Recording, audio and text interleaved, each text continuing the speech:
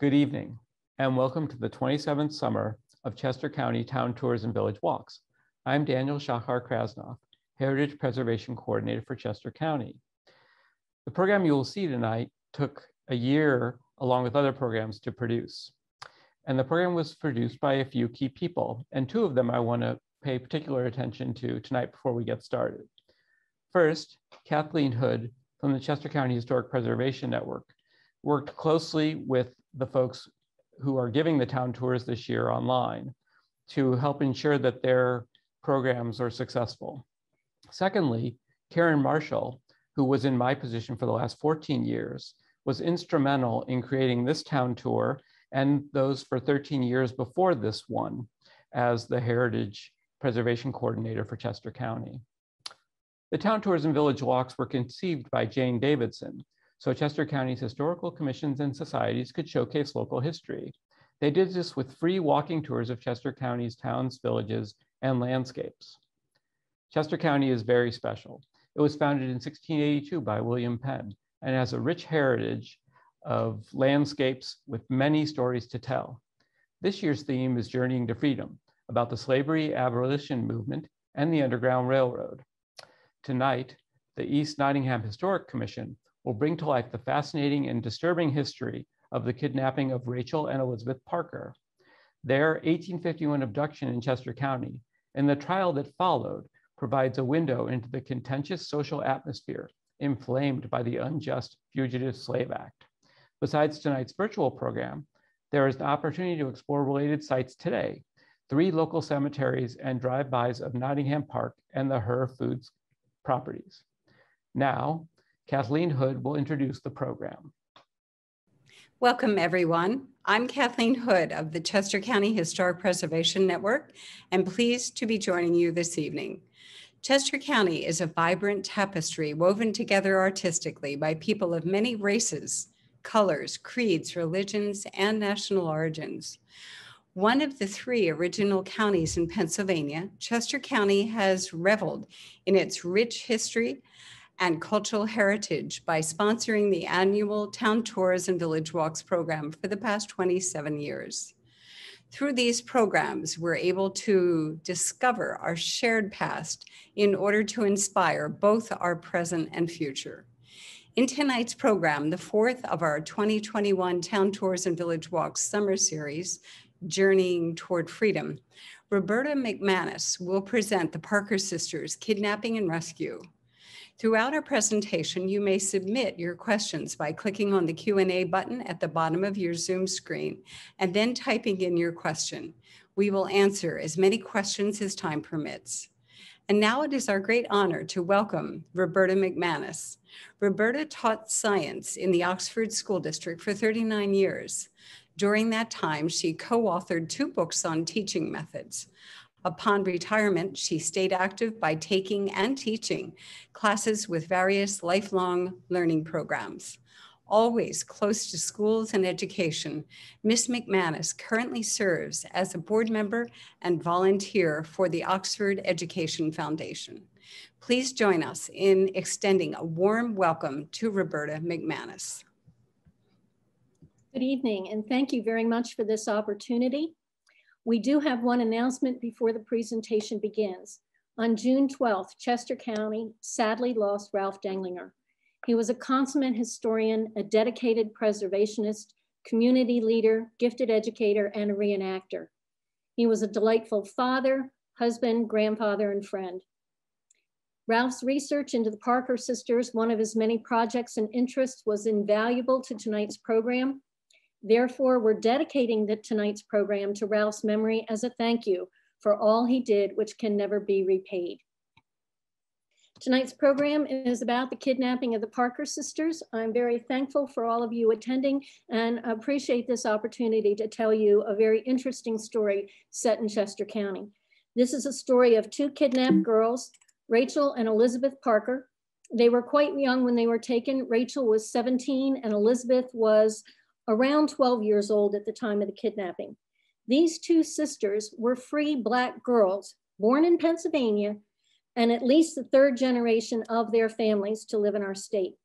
The purpose of the kidnapping was to sell them into slavery in Maryland. but they were definitely not runaway slaves. This is a story of Northern and Southern attitudes, of ordinary people in extraordinary times, a tale of people minding their own business and finding their business reported in New York City newspapers. It's a story that involves murder, but also great acts of compassion. And in this story, geography will be very important. The border looms large because of its demarcation line between free and slave states. And much of what happens in this story takes place along the Mason-Dixon line. This is a modern map of Chester County. I wanted you to see it to orient yourself of where this story occurs and exactly where the kidnappings took place. The triangle represents the kidnapping of Elizabeth. That triangle is located in today's Elk Township, but it was part of East Nottingham Township at the time. And the blue square represents the kidnapping location of Rachel. Obviously, these two sisters did not live together. The star there is where I'm sitting tonight in our home, because that shows you why I am so interested in this story. I'm also going to be talking about two creeks, and I've shown them by dots. The series of dots on the left forms the southern border of Lancaster County and Chester County, and that is the Octorara Creek. The three little dots on the right-hand side are the Big Elk Creek that separates several townships. Unlike many rivers and creeks in Chester County that flow to the Delaware River and Bay, the waters of these two will enter the Atlantic through the Chesapeake Bay. And today's saga of the Parker sisters took place over 402 days, from December 1851 through January 1853. And with that, let's meet the Parker family. The mother of Rachel and Elizabeth Parker was born in 1813 as Rebecca Chandler. She is a Black woman who was born in Lancaster County, just over the Octorara Creek. She was called Little Beck because her mother was also named Rebecca. There was no record of her father, and Beck and her mother lived with and worked for a white Quaker family, the Millers. When Little Beck was 5 years old, her mother was put in the almshouse and died there. And like many orphans, Little Beck went to live and work for a family nearby. She spent 10 years working in the home of William Brown, and she lived there until the family moved west. And with that, Beck spent 5 years living between the John Kirk family and then Dr. Webster. But at the age of 20, on November 12, 1833, Rebecca Chandler married Edward Ted Parker. We're very precise about that date because they were married the night that the stars fell. It was the night of the Leonid meteor shower. After 15 years of living with 4 different white families after the death of her mother, she had her own family. She continued to work as a laundress in the local community. She did laundry for nearby farms and lodging houses. And it was not uncommon for her to live on site for a week at a time while doing large amounts of laundry. The Parkers lived with the Steele family for 2 years and then spent 3 years living in the home of James Hutchison in East Nottingham Township. By the time Rebecca was 30 years old, Mr. and Mrs. Parker had 3 children. Rachel was born in 1834, James in 37, and Mary Elizabeth, called Elizabeth, was born around 1839. An 1850 census of West Nottingham Township showed that of a total population of 728 people counted, only 33 were African Americans. Why were Blacks living in white households? Well, with slavery abolished in Pennsylvania in 1780, Blacks needed work and the whites needed help. The Blacks were hired at a cheaper cost than the white workers.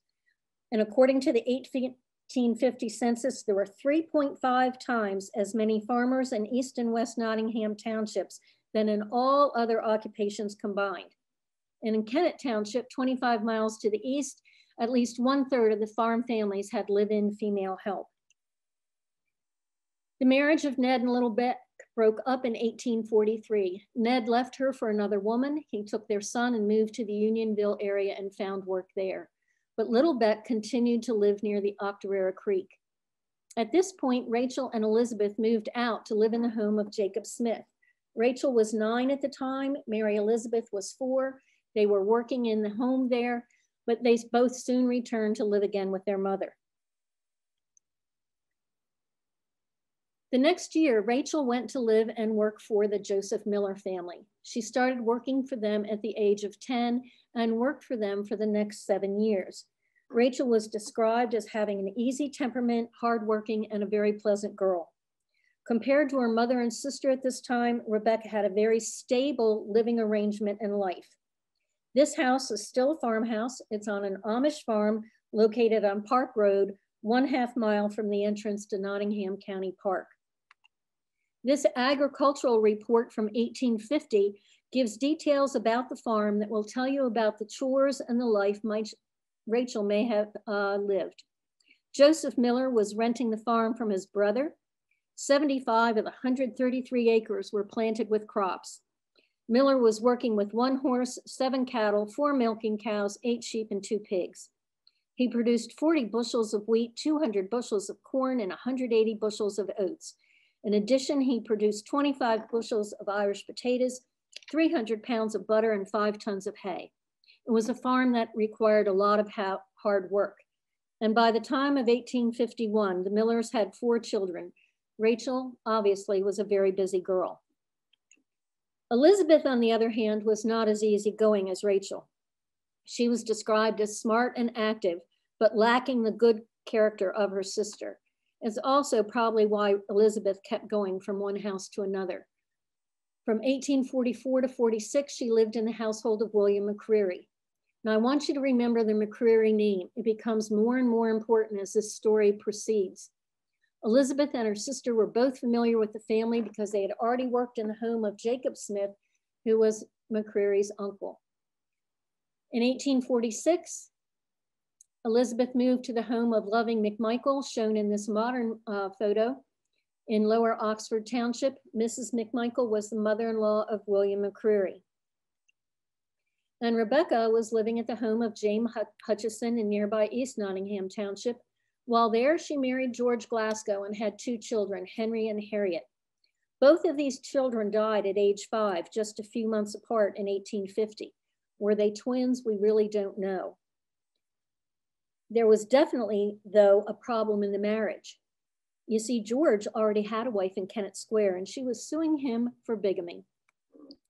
Rebecca lived with the Hutchinson family until June of 1851, when she moved just down the road to the home of George Anderson, or John Anderson, excuse me.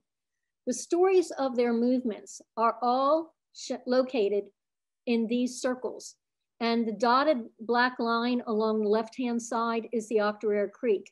So you can see that the Parker women did not move very far from the Octorara Creek. They stayed basically in West and East Nottingham townships. Beck and her 2 sisters were used to living with white families.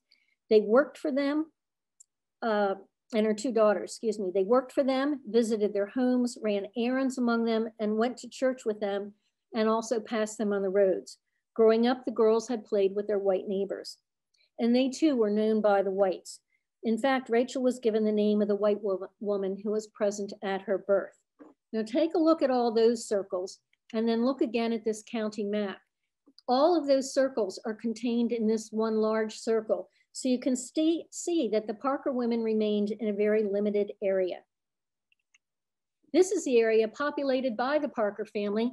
This is a modern photo that appeared last January in the Philadelphia Inquirer because it was highlighting land recently acquired by the Brandywine Conservancy and Museum of Art, along with the Oxford Area Foundation for use as a nature preserve. In the article about the preserve, it described the land as one of open meadows, arable cropland, mature and successional woodlands, numerous streams and ponds, floodplains and wetlands. Frankly, today's description also holds true for the time of the Parkers. And here are 2 more modern pictures of that area. The land is situated on the east side of the Octorara Creek. And here in this slide, you can see some of the jobs that the 3 Parker women probably had to perform. They would prepare meals, they would clean the house, they would do the laundry, they would take care of the children. and they probably had to do some farm chores also. Their life has been described almost from the beginning. The Parkers spent more time in other people's families than in their own, living in an economic dependency that has been described as a twilight zone between slavery and freedom. So let's take a look now at events in the law that influence our story. I'd like you to meet Thomas McCreary. He is a relative of the McCrearys we talked about previously. Is he a villain or is he a hero? Well, it depends on what side of the Mason-Dixon line you live. In Pennsylvania, he was considered a villain because he was a slave catcher. In Maryland, he was considered a hero because he returned property. McCreary was born in Cecil County, Maryland, just 3 miles south of the Mason-Dixon line in 1799 or 1800. He then moved to Elkton, and he was perennially in debt, although he held several different jobs as an adult. His job as a mail carrier made him familiar with the roads in both states along the boundary line. He was close to bankruptcy several times, and this made slave catching very lucrative to him. Elkton lies less than 9 miles south of the Mason-Dixon line. McCreary was married with 2 daughters. Now, some of you may recognize this house. It is the Zebulon Thomas House in Downingtown that once served as Downingtown's library. Mr. Thomas was an agent of the Underground Railroad and had 2 escaped slaves living in his home for a year, a mother and a daughter. In 1848, a 16-year-old girl was kidnapped before dawn when men broke into the house. They dragged her kicking and screaming from her bed. Her mother had already been up and was able to escape. The kidnapping gang was from Elkton, Maryland, and Thomas McCreary was one of the men involved. There are 9 documented cases of slave catching by McCreary between 1848 and 1851.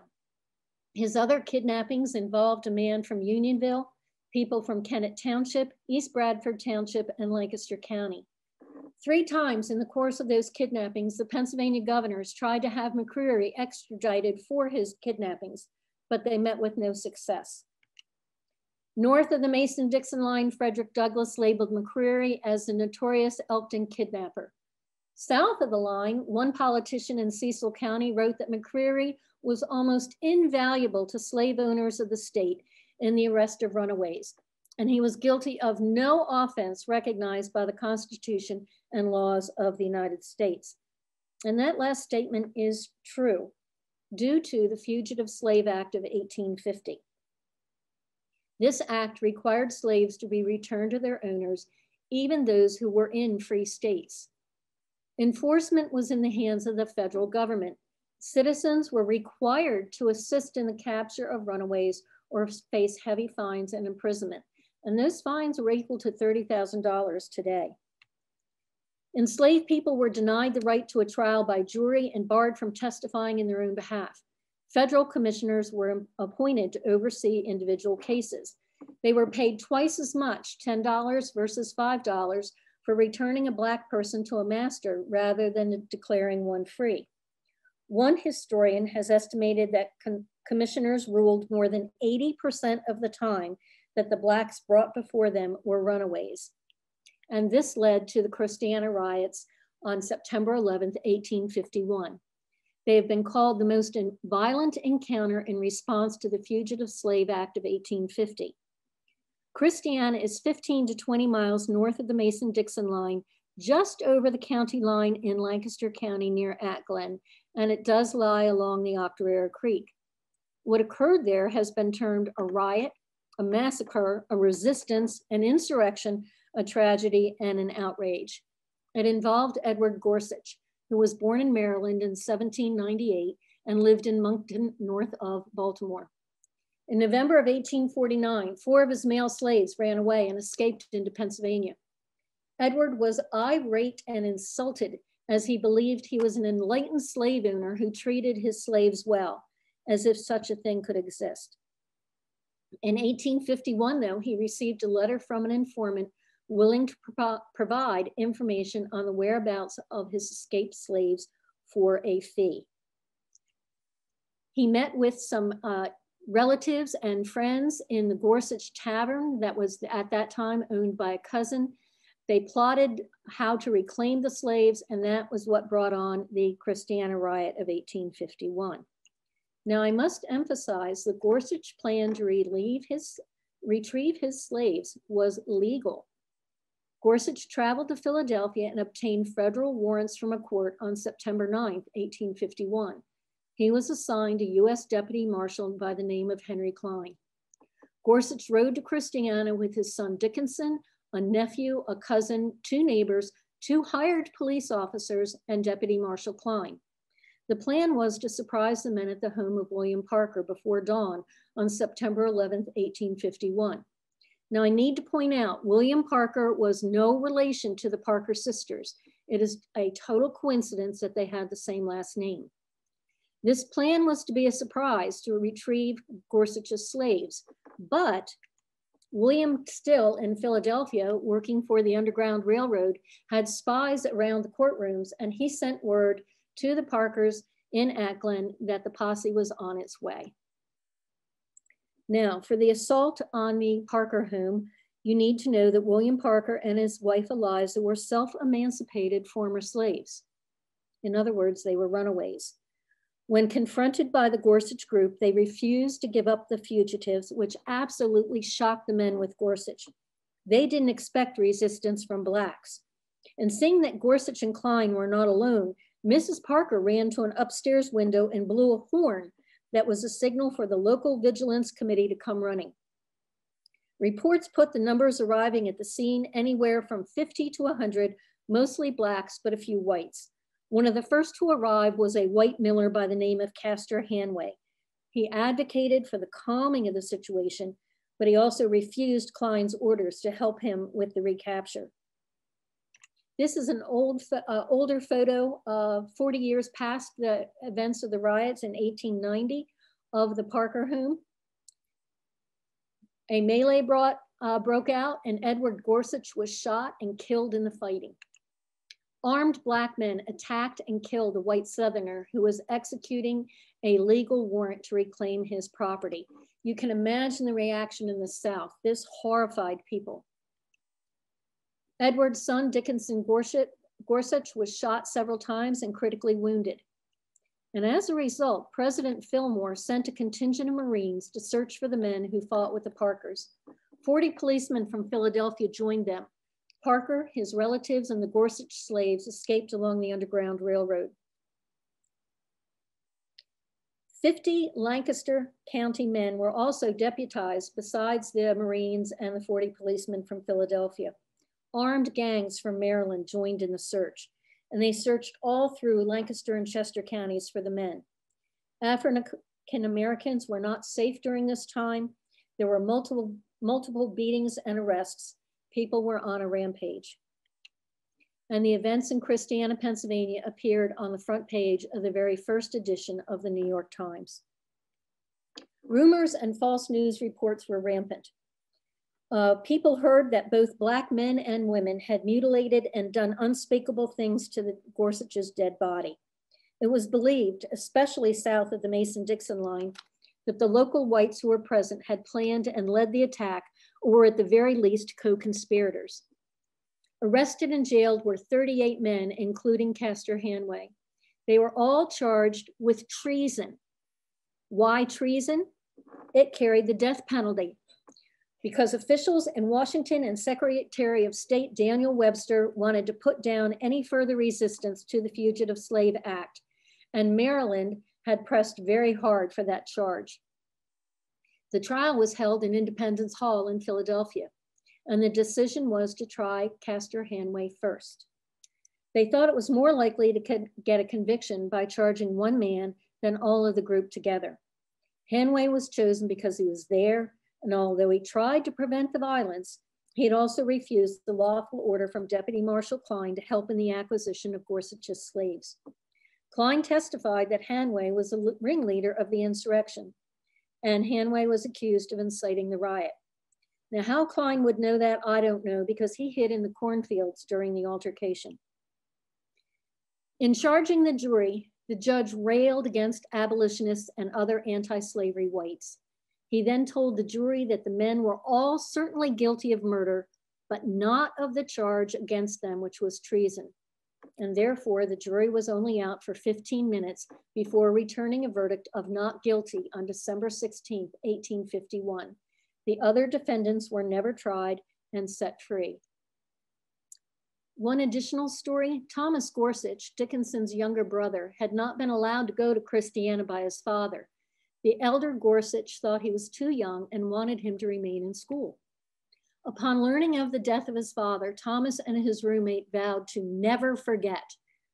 Who was the roommate of young Thomas? Do you recognize him in this photograph? That's John Wilkes Booth. Yes, that John Wilkes Booth, who would soon become infamous.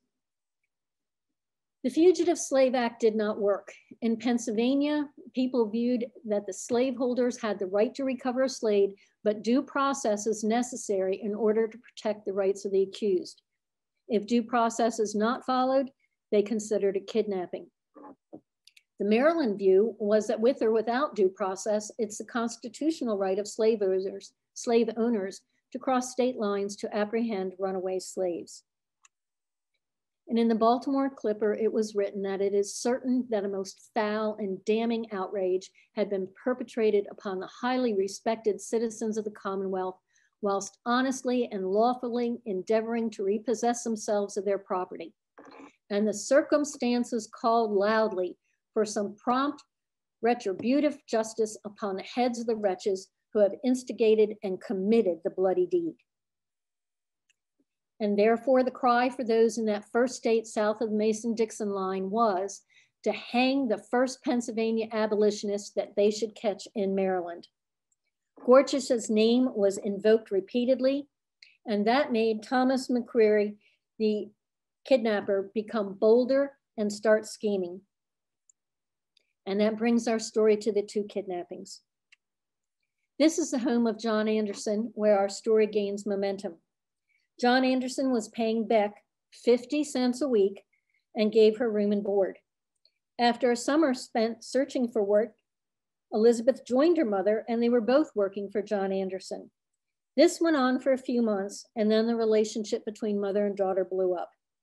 Did Elizabeth and Beck fight about George Glasgow, who was there? Maybe. Rebecca had let it be known she liked to be married. Did Elizabeth object to that? For whatever reason, Elizabeth and her mother had a fight where Beck wailed on Elizabeth. Elizabeth promptly quit work, but working on that Anderson farm was a Black man with the last name of Mayhew. Did he take or direct Elizabeth to a relative of his? Probably. The circle on the left of the map here shows the location of the Anderson home. The arrows show the 10 miles that Elizabeth went to another Mayhew to a small community east of Oxford called Flatfoot. Flatfoot is the upper, smaller circle on the right side. Flatfoot was a community of free Blacks, complete with their own church and graveyard. Elizabeth was no longer near family or the whites she had known her whole life near the Octorara Creek. She was now along the Big Elk Creek. Mr. Mayhew probably let it be known at the nearby ironworks that Elizabeth was looking for work. She found employment and a place to live in the home of Matthew Donnelly, shown in the larger lower circle on the right. Now, Flatfoot and Donnelly's home and the Big Elk Creek are just a short distance southwest of present-day Lincoln University. These are modern looks of the Flatfoot area now. On the left, you see all that remains of the church. It is in the woods. If you go kicking around in the leaves, you can make out the foundation of the church. Across the street from the church is a big new community of, it's a large development of houses where the houses of the Flatfoot citizens one time stood. Also in the woods around the church, there are various gravestones popping up, and one of them does have the name of Mayhew on it. This is a view of the Pleasant Garden Ironworks on the left where Mr. Mayhew worked. The covered bridge there is on State Road, which still exists today, but the bridge is no longer covered. It is a nice stone bridge. Most of the houses in this drawing no longer exist, but I'd like you to look at the house under the blue triangle on the right. That is supposed to be the home of Matthew Donnelly, where Elizabeth went to work. Now, the 1850 census shows that Matthew Donnelly is likely living on his former foundry property. He had lost the property in a sheriff's sale, but he was still working on the foundry as a molder, creating iron objects. Working with him was John Merritt, another molder. And also living in the house was Donnelly's wife, Sarah, who was 28, and their one son, Fitzhugh, who was 7. John Merritt was the brother of Sarah Donnelly. And even though he was only 17, he had a pretty bad reputation already. He was considered a man of dubious character, called a swindler, a counterfeiter. He was affiliated with a gang, and he was a friend of Thomas McCreary. So why did the Donnellys hire Elizabeth? They were short of money, they were not farmers, and they only had one child to care for. So why did they hire her? Because slave catching paid money. On November 4th, 1851, Philadelphia had quite a snowstorm with powdery snow that blew and drifted in cold temperatures. And 2 nights later, a waxing gibbous moon appeared. It was 1 full week before the full moon. At this time, the verdict of the Christiana men had not been rendered yet, but that didn't stop Thomas McCreary from plotting. On the night of December 6th, while Elizabeth was finishing the dinner dishes, Donnelly went outside for about 15 minutes. When he came back in, he told Elizabeth to go outside and fetch the slop bucket. He told her exactly where it was. And as soon as Elizabeth stepped outside, she was grabbed by the neck. A stick was shoved in her mouth and the cords were tied around her neck to silence her. She was subdued, thrown in a box similar to a casket in the back of the wagon by 4 men: Thomas McCreary, John Merritt, Matthew Donnelly, and an accomplice. McCreary set off alone with Elizabeth in the wagon drawn by 2 horses. What route did they take? We really don't know.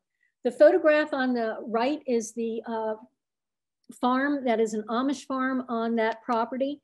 You cannot see where Donnelly's house was. It would have been over the hills and behind the trees. You can see just barely on the right, left-hand side. There is no direct path from the old Donnelly house to this road. Maybe they went along State Road, which is shown on the 2 pictures on the right. And by going just a mile on State Road, you would have hit in the top picture the large sycamore tree. And if you hung a left, it would only be a little over a mile to the Maryland line. You would go past my house and hit a covered bridge, but that bridge was not there at the time. So I don't know what fording it would have been like. The bottom picture is another 1.5 miles further along on State Road. And to show you how close we are to Maryland, if you're standing in that intersection to take the left to Maryland, you're already in the state of Maryland on the road, but on the front porch of this house, you are in Pennsylvania. Whatever, McCreary found a way to take her to Elkton. McCreary had missed the Saturday night train to Baltimore, so he took Elizabeth to his own home and locked her in a room for that night and the next day. Elizabeth was instructed to say that her name was Henrietta Crocus. Henrietta and her sister Eliza had escaped with their mother several years ago from Cecil County. And Thomas decided he would hand over 2 sisters to pose as the Crocus girls to get some money. While she was at the McCreary house, a man came and identified Elizabeth as Henrietta, and McCreary threatened Elizabeth. He really scared this young girl. He showed her a knife and a gun and said she could not answer to her own name. She always from then on had to answer to the name of Henrietta Crocus. And with that, they took the train to Baltimore in the wee hours of Monday morning. In Baltimore, McCreary deposited Elizabeth, or Henrietta, in Bernard Campbell's slave pen on Pratt Street. While there, Elizabeth was visited by relatives of Henrietta's owner, and all identified her as the slave who had run away. They claimed that she was indeed Henrietta Crocus, age 15, and therefore she was sold to Campbell for $600. On December 18th, 12 days after her kidnapping, Elizabeth joined 39 of the other Campbell slaves on the schooner, the Henry A. Barling, and set sail for New Orleans. On the ship's manifest, she was listed as Henrietta Crocus. The journey took 25 days, and then she was taken to the slave pen of Walter Campbell, the brother of Bernard Campbell. She had been gone for Chester County for only 5 weeks. Between 1808, when the US abolished the international slave trade, to 1864, when slaves in Maryland were freed, 30,000 people were sold south from the port of Maryland, or Baltimore. And what was the reaction in Chester County to the kidnapping of Elizabeth Parker? Nothing, zero, zilch, nada. They had no idea she was missing. Remember, Elizabeth was away from her people. She was away from those she had grown up with. She was on an isolated farm, and nobody had an idea that she was gone. And this brings us then to Rachel. Again, this is Joseph Miller's home where Rachel was working. 25 days after the kidnapping of Elizabeth, and only 15 days since the verdict in the trial of the Christiana rioters, near noon on December 31st, 1851, 3 men in a Dearborn carriage parked at the end of the short farm lane to the Miller home. Rachel was inside helping Rebecca Miller in the kitchen. Suddenly, one of the men entered the kitchen, and after talking for a bit with Mrs. Miller, he grabbed Rachel Parker by the arm and pulled her outside. Outside, John Merritt was waiting, and Thomas McCreary, the man who had dragged her out, and John took her to the carriage where a man from Elkton was waiting. The screams of Rachel and Rebecca Miller and her children brought Joseph Miller running to the front of the property. When he attempted to intervene, Miller was threatened with a Bowie knife that McCreary pulled out, and the kidnappers headed for the state line. Joseph Miller didn't take the time to hitch up a horse. He thought he knew where they were going, so he started to run full tilt through the fields. It would be 1 mile to the state line. However, the kidnappers in a carriage had to travel by road, and that was about 2.5 miles to the state line. Today, that trip is longer as some of the roads no longer exist. Instead, the Hearst potato chip factory occupies that land. This bridge is just north of the Mason-Dixon line, and that is where Joseph Miller thought the kidnappers would cross into Maryland. But they were intercepted because James Pollock and his son were cutting wood, and the kidnappers couldn't get around Mr. Pollock's wagon. McCreary angrily ordered them to move, but Mr. Pollock recognized Rachel and figured out what was going on. As he was grabbing for his axe, McCreary held his knife to Pollock's throat, and just then Miller came racing up, leapt over the fence, grabbed a fence rail, and tried to insert it in the spokes of the carriage wheels. McCreary jumped into the carriage. John Merritt whipped up the 2 horses, knocking Miller down, and they took off on a longer journey to the state line. The path they took was through the property of the Hers Angus farm. A loaded farm wagon was not a means of pursuit for Miller and Pollock to chase after them. And the kidnappers took Rachel to Perryville. Perryville was about 17 miles from her home with the Millers. They were at the train station. Now at Perryville, at the time, there was no bridge across the Susquehanna River. Train passengers would get off the train and onto a ferry. The train rolled onto the rails on top of the ferry, and then its engine was disconnected. Upon arrival in Haverty Grace on the other side of the river, a new engine would be hooked up, the passengers would get on the train, and it would continue on its journey. The Maryland was the name of the ferry operating at that time. While in the Perryville train station, Rachel told several people that she was free. She talked to 2 men from nearby Rising Sun in Calvert, Maryland, who realized she was being kidnapped and bought train tickets, boarded the ferry and train, and followed them to Baltimore. They saw McCreary and Merritt take her to Campbell's slave pen. It is possible that the 2 men knew or recognized McCreary. Meanwhile, back in Nottingham, Miller and Pollock were joined by their neighbors and friends and headed south as a group of 8. They may have passed this nearby Mason-Dixon marker You see an M carved in the rock, signifying that's the Maryland side. A P would be carved on the opposite side. The men knew they would face danger going into Maryland and into Baltimore. Baltimore at the time was known by the nickname Mob Town because of its violence. They knew that feelings were running high thanks to the Christiana riot verdict only 15 days earlier, and they ran the risk of being viewed as abolitionists. They guessed correctly to go to Perryville to catch the train to Baltimore. They missed the 5 p.m. train that McCreary and Rachel were on, so they had to wait for the 2 a.m. train. Miller and his group arrived in Baltimore at 5 a.m. on New Year's Day. They were met by the men who had talked with Rachel and followed her. They also used a connection in the city to meet with Quaker merchant Francis Cochran. Cochran knew Bernard Campbell, the owner of the slave pen, because they both had businesses on Pratt Street.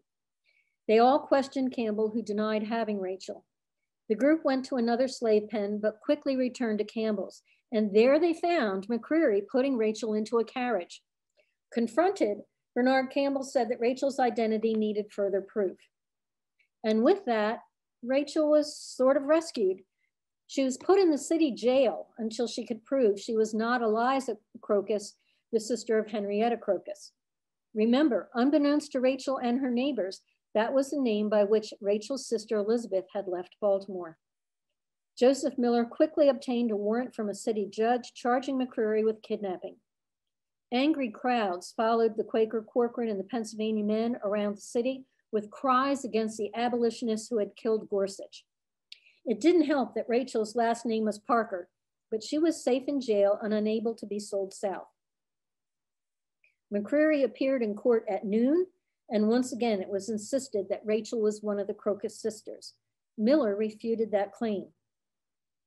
The result, McCreary, the kidnapper, was released on bail, and Rachel, the victim, remained in jail. What a system, right? With Rachel safe for the time being, the Pennsylvania men made their way back to the train station. Corcoran warned the group to stay together, but at the train station, they were again heckled. Several people tried to lure them outside. With great relief, the Pennsylvanians settled into their seats, but when Joseph Miller pulled out a cigar, he was told that smoking in the car wasn't allowed, so he stepped out onto the platform. His brother-in-law and a neighbor left their seats to find him, but Joseph Miller had disappeared. People again tried to get them to leave the platform, saying that people wanted to talk to them. They returned to their seats. In less than 5 minutes of Joseph leaving the car, the train pulled out of the station. Several of the party went up and down the train looking for him. And it was at the Susquehanna ferry crossing, when they were all gathered on deck and still unable to find Joseph, that they got extremely worried. The train station of Baltimore now houses the Baltimore Civil War Museum. At the Perryville station, McCreary was spotted talking to an individual whom the men from Nottingham had seen in the Baltimore station. Most of the Pennsylvania men returned to Nottingham, but Miller's 2 brothers-in-laws returned to Baltimore to find him. They searched the train stations and the jails with no luck. Early on the morning of January 2nd, a body was found at the Stemmers rail station, just 9 miles north of Baltimore. In Nottingham, a group of 20 men were planning to return to Baltimore to search for Joseph Miller. Before they could leave, a message arrived for them notifying them of Joseph's death. The men made plans to bring his body home and find the people responsible. Joseph Miller's body was hung within 20 yards of the train track from a young tree that wasn't anywhere near full growth, and the noose was only 5 feet from the ground. The coroner presented a jury with findings of the body. He told them that Miller had committed suicide by hanging himself and then kicking his legs out from under himself. No witnesses were called. No doctor examined the body. The jury accepted the verdict, and Miller was quickly buried near that tree. The Nottingham men went to the train station and disinterred their friend and relative and took him back to Pennsylvania. Now, when Joseph Miller died, the people of Pennsylvania saw it as a murder. The people of Maryland thought that justice had been served. The governor of Maryland, Enoch Lowe, wanted the body returned to Baltimore for a second inquest to be held to stem the Northern beliefs of murder. An autopsy was performed by a Maryland doctor, and he declared that Miller had died by strangulation. Testimony was given by people who saw the body the morning it was discovered. People who saw Miller in Baltimore were also questioned. No evidence then or since then on what happened between Miller's disappearance and the finding of his body is known. The verdict of death by suicide was again given. Miller's body was buried at the church his family attended in Nottingham, Pennsylvania. Now we have some trials. In the first trial of Thomas McQuarrie, two questions needed to be answered. Was McQuarrie a kidnapper or was he a slave catcher? And who was the girl in jail? Was she a free person named Rachel Parker or an escaped slave named Eliza Crocus? Needless to say, tensions were very high and the press sided with the views of their state. And there was extensive press coverage, even in the national press. On January 7th, 1852, 8 days after the taking of Rachel Parker, and just 6 days after the death of Joseph Miller, the trial of Thomas McQuarrie began. Governor Lowe of Maryland railed publicly about the poor treatment of Maryland in the courts of Pennsylvania and by their abolitionists. But the good citizens of Rising Sun, Maryland, wrote a letter that was read aloud in court about the truthfulness and sincerity of their Pennsylvania neighbors to the north. The lawyers defending McQuarrie were highly eminent attorneys and politicians, including one of the former governors who had refused to allow him to be extradited for earlier kidnappings to Pennsylvania. 9 people from Pennsylvania and Chester County who had known Rachel her whole life testified that she had always lived near the Octorara Creek and was a free woman. They gave specifics about her life. 3 of the men had ridden to her rescue. Before their testimony, all 9 Pennsylvanians had to deny any involvement in any anti-slavery societies. And this illustrates their reasons for going south to rescue and later testify on Rachel's behalf. They were not abolitionists. Many believed that the people of Maryland had the right to own slaves. It wasn't personal to them until one of their own was taken. That's how they viewed it. The Oxford area was not known for meetings against slavery. It was not the hotbed of the Underground Railroad that Kennett Square was.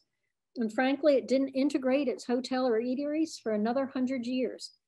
These men were in Baltimore for a member of their community, Rachel Parker. Once again, people from Maryland testified, insisting that Rachel was Eliza Crocus, even though they had only seen her a few times, and that was over 4 years ago. And suddenly there was an uproar in the court.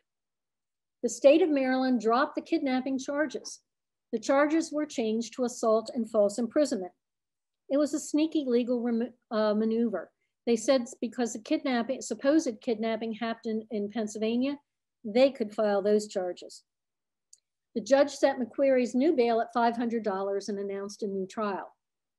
One of the reasons for this change was because of a surprise witness, John Merritt, who had moved to Elkton, Maryland. Remember, John Merritt participated in both kidnappings. He lied in court and claimed he had met with Joseph Miller to turn Rachel over to McQuarrie. He said that Miller kicked up a huge fuss during the capture so his neighbors wouldn't suspect him. McQuarrie claimed that Miller committed suicide over his guilt in turning over a runaway. And in Chester County, Miller's relatives and friends did not accept the suicide verdict. For the 3rd time, his coffin was pulled from the ground. Another autopsy was performed by local doctors David Hutchinson and Ebenezer Dickey. They performed the autopsy inside this church, which the Miller family attended. The graveyard that they pulled his body from was next door. This is on Fremont Road in Nottingham, PA. The verdict of this autopsy was that his death was not due to strangulation, but to poisoning. The body was reburied in the graveyard only to be disinterred again 3 days later because more information was wanted about the type of poisoning. Arsenic was determined to be the poisoning. So after 3 bodies, autopsies, Miller's body was buried for the fourth and last time.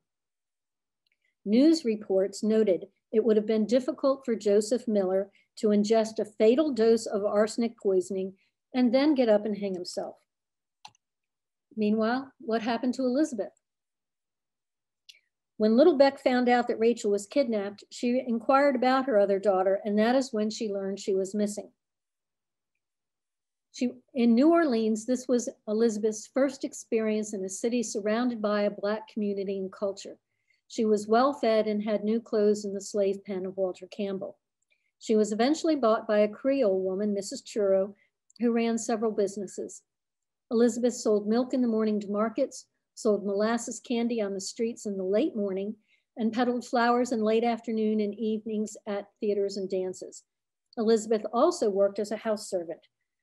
To be honest, it's a little hard to accurately know everything about Elizabeth's time because over the years, as she was interviewed by newspapers, she changed the story to make it more dramatic, and contradictions existed. But it is true that she was caught out late one night by a policeman past curfew. She knew she was to be jailed and possibly whipped or put on a chain gang the next morning. And that is when Elizabeth decided to tell the truth about her name and status as a free girl who'd been kidnapped in Pennsylvania. Mrs. Churro and Walter Campbell were both called in and questioned. Long story short, money from either the Baltimore Quakers or from Chester County was raised, and Elizabeth was brought back to Baltimore in the summer of 1852. The Campbells in both cities did not want to lose their businesses, and they cooperated with that. After 6 months of a slavery that involved work that was not backbreaking and ease in walking along the streets of a city, Elizabeth was jailed with her older sister. And then we get to the second trial of Thomas McQuarrie. It began on January 3rd, 1853 in the Circuit Court of Baltimore County. Maryland decided that whatever verdict applied to Rachel would also apply to Elizabeth, negating the need of a subsequent trial. Politicians in both states at the state level continued to be involved, and the legislature in Pennsylvania passed a resolution in support of Rachel. So did the people of Western Chester County. Over 60 people traveled from Chester County to the trial of Rachel Parker south of the Mason-Dixon line to testify in her behalf. These included the nephews of Thomas McQuarrie and his own brother, Jesse. All could give details of the work and lives of the two girls. And here's another courtroom surprise. After 8 days of the trial, after 49 men and women of Chester County had testified, with more than 10 others, including McQuarrie's brother, ready to continue identifying Rachel as a kidnapped victim, the Maryland attorney announced the decision to withdraw the suit and permit the girls to go free. Speeches were then given about the honest mistake made by McQuarrie and the desire for continued ties between the two states. The death of Gorsuch was mentioned again. A deal had been made. The trade-off, by political maneuvering, Pennsylvania got the girls back as free people, and Maryland got a promise not to persecute McQuarrie, Merritt, and Donnelly for kidnapping. The newspapers went nuts. I counted over 17 local and big city newspapers covering the story of the last 402 days. Let's look at the aftermath. The girls are free, but what happened? The kidnappers, well, there's no record existing of Thomas McQuarrie ever again crossing the state line to apprehend African Americans. He continued to be protected by politicians, but was never prosperous. He died in Maryland in 1870. Matthew Donnelly and John Merritt both traveled to Kentucky, where they met with success, but when they returned to Chester County, they shortly faced financial ruin.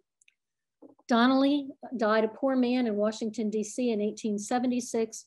John Merritt lived the rest of his life in Elkton, Maryland, where he died in 1905. What happened to Elizabeth Parker? When she was set free, she initially returned to the home where her mother was. And as you can well imagine, that didn't last long. It didn't go well. By 1856, she had moved to the northern part of the county and to Westchester sometime before 1880. She was described as a housekeeper in various newspaper articles. Her last name was now Miller, and she was a widow. Her number of children was probably between 1 and 3, but not known for certain. In a 1900 census, she was still in Westchester, but by 1920, she was in York, PA. No death record for her has been found. And here is a photograph of Rachel Parker, the only one of the Parker girls we have. This one appeared at her obituary. Upon being set free, Rachel returned to the household of Joseph Miller. She stayed there for several weeks, but she stayed around the Octorara Creek for the rest of her life. After living with the Millers for a few weeks, she moved into the home of Hart Coates, where she worked for over 45 years. Mr. Coates was one of the men who had ridden to her rescue the day she was kidnapped. In fact, Mr. Coates had paid for the train tickets for the return home from Baltimore. 45 years of working with the Coates, she cared for several generations of the children. And during that time, she married George Wesley. She was 31 at the time and he was 22. They had 4 or 5 children during the 8 years of their marriage. By 1900, Rachel was age 65, living with a daughter and her husband in Lower Oxford Township and caring for several children. Rachel died at the age of 83 in 1918. This is her death certificate that said she died of general senile debility and listed her burial location as Calvary Colored Cemetery. This is a picture of the cemetery. There is not a stone marker here for Rachel's grave, but this grave is a spot, a marker for her daughter. There has been a spot left vacant next to that grave, and that is believed to be the resting place of Rachel. I did not show you this place earlier. This is the crumbling foundry of Matthew Donnelly.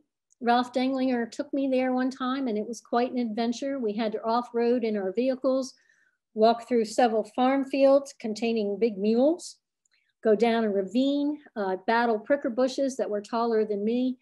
And behind this crumbling foundry, this is what is remaining of the Matthew Donnelly house where Elizabeth was kidnapped.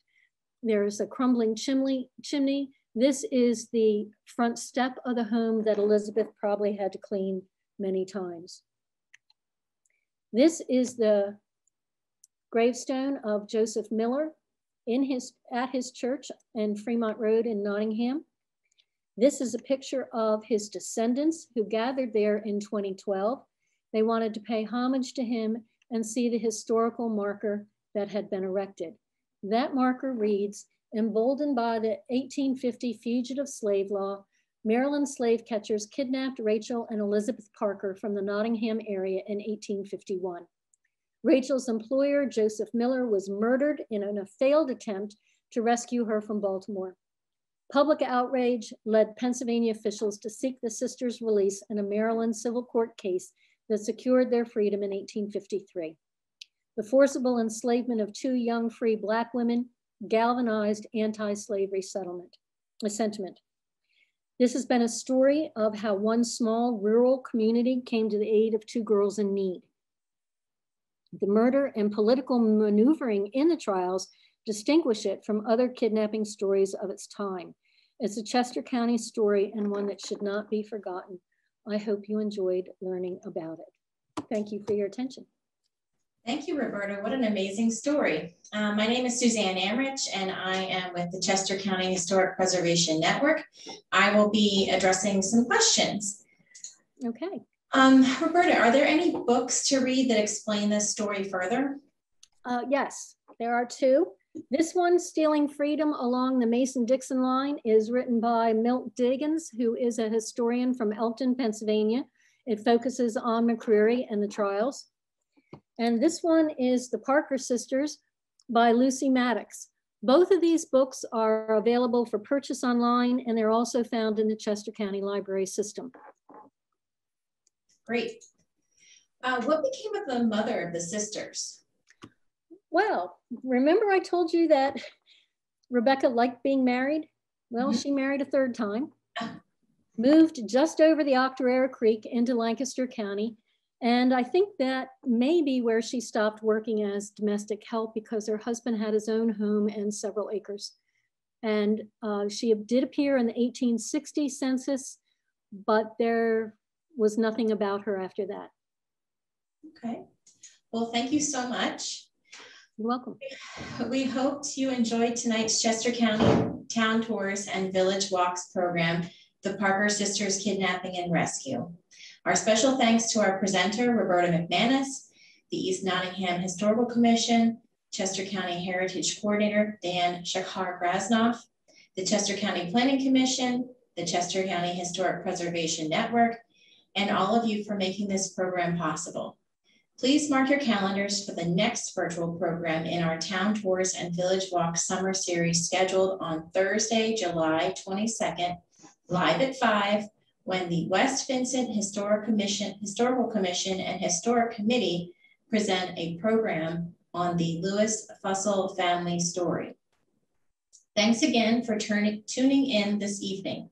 Have a fabulous summer, and we hope to see you again for another 2021